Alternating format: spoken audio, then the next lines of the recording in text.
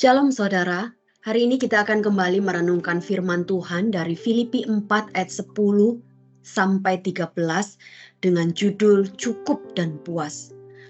Firman Tuhan berkata demikian, "Aku sangat bersukacita dalam Tuhan bahwa akhirnya pikiranmu dan perasaanmu bertumbuh kembali untuk aku. Memang selalu ada perhatianmu, tetapi tidak ada kesempatan bagimu. Kukatakan ini bukanlah karena kekurangan, sebab aku telah belajar mencukupkan diri dalam segala keadaan. Aku tahu apa itu kekurangan dan aku tahu apa itu kelimpahan. Dalam segala hal dan dalam segala perkara, tidak ada sesuatu yang merupakan rahasia bagiku, baik dalam hal kenyang maupun dalam hal kelaparan, baik dalam hal kelimpahan maupun dalam hal kekurangan. Segala perkara dapat kutanggung di dalam Dia yang memberi kekuatan kepadaku." Saudara, saya yakin kita pernah mendengar seseorang berkata demikian, "Uang bukan segalanya, tapi segala-galanya perlu uang." Kalimat ini nampaknya biasa saja, tetapi bisa juga kalimat ini mempengaruhi cara pikir kita atau bahkan juga iman kita. Saudara, Tuhan Yesus di dalam doa Bapa kami mengajarkan kita, "Berilah kami pada hari ini makanan kami yang secukupnya." Cukup berarti tidak kurang, tapi juga tidak berlebihan. Mengapa cukup? Supaya jangan karena berlimpah-limpah kita menjadi tamak dan sombong dan melupakan bahwa segala sesuatu dari Tuhan. Namun tidak juga kurang sehingga kita tidak mencela Tuhan, tidak memberkati dan memelihara kita. Saudara, di antara dua ketegangan yang ada antara kelimpahan dan juga kekurangan, banyak orang Kristen tidak tahu bagaimana harus menyikapinya. Tidak mengagetkan jika iman yang gugur karena kekurangan, tetapi ada pula iman yang hancur karena kelimpahan. Banyak orang gagal untuk mengambil pelajaran bahwa yang terpenting bukanlah jumlah materi, melainkan perspektif rancangan Allah dan posisi hati kita. Kekurangan dan kelimpahan memberikan godaan yang sama, yaitu harta sebagai berhala dan rasa tidak puas bisa masuk ke segala aspek kehidupan kita. Seorang remaja menentang orang yang lebih tua karena rasa tidak puas di dalam hatinya. Ketidakpuasan itu terungkap ketika doanya tidak pernah dikabulkan Tuhan.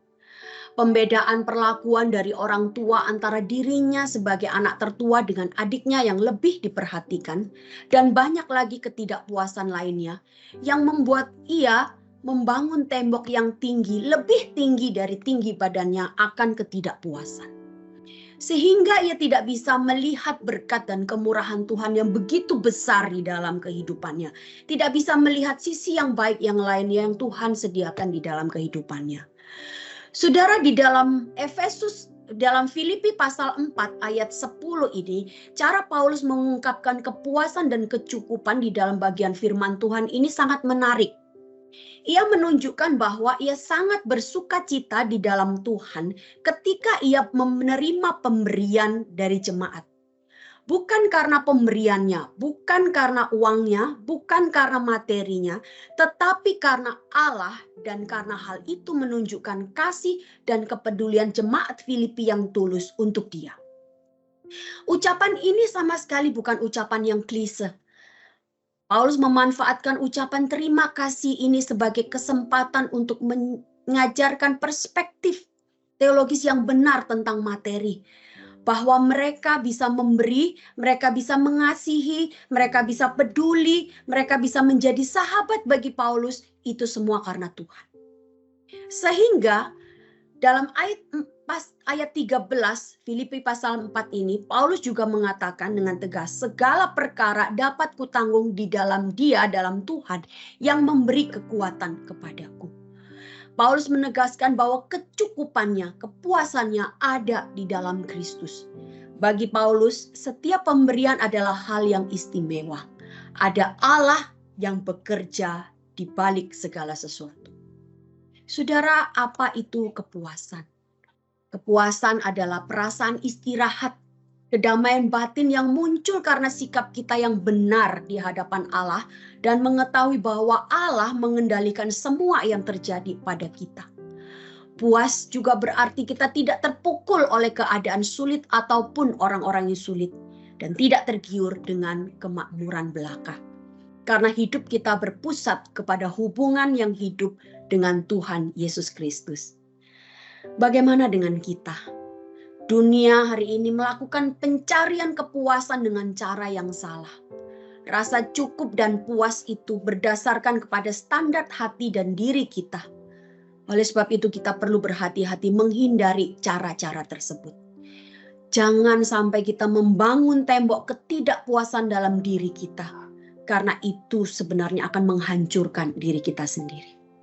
Saudara, rasa kepuasan dalam setiap situasi adalah, mari kita berfokus kepada Tuhan sebagai yang berdaulat, sebagai juru selamat, dan sebagai yang maha cukup. Dia yang berdaulat kepada siapa kita harus tunduk. Dialah juru selamat yang harus kita layani. Dialah Allah yang cukup yang harus kita percaya. Sehingga kita dapat mengaminkan firman Tuhan. Seperti Paulus di dalam Filipi 4 ayat 13. Segala perkara dapat kutanggung di dalam Dia yang memberi kekuatan kepadaku. Kiranya Tuhan menolong setiap kita dengan firman-Nya. Dibangun di dalam Tuhan, cukup dan puas di dalam Tuhan. Sehingga kita bisa melihat segala sesuatu dari bagaimana Tuhan melihat. Dari bagaimana Tuhan ingin, itu yang kita lakukan dalam seluruh kehidupan kita. Tuhan memberkati setiap kita dengan firman-Nya. Amin.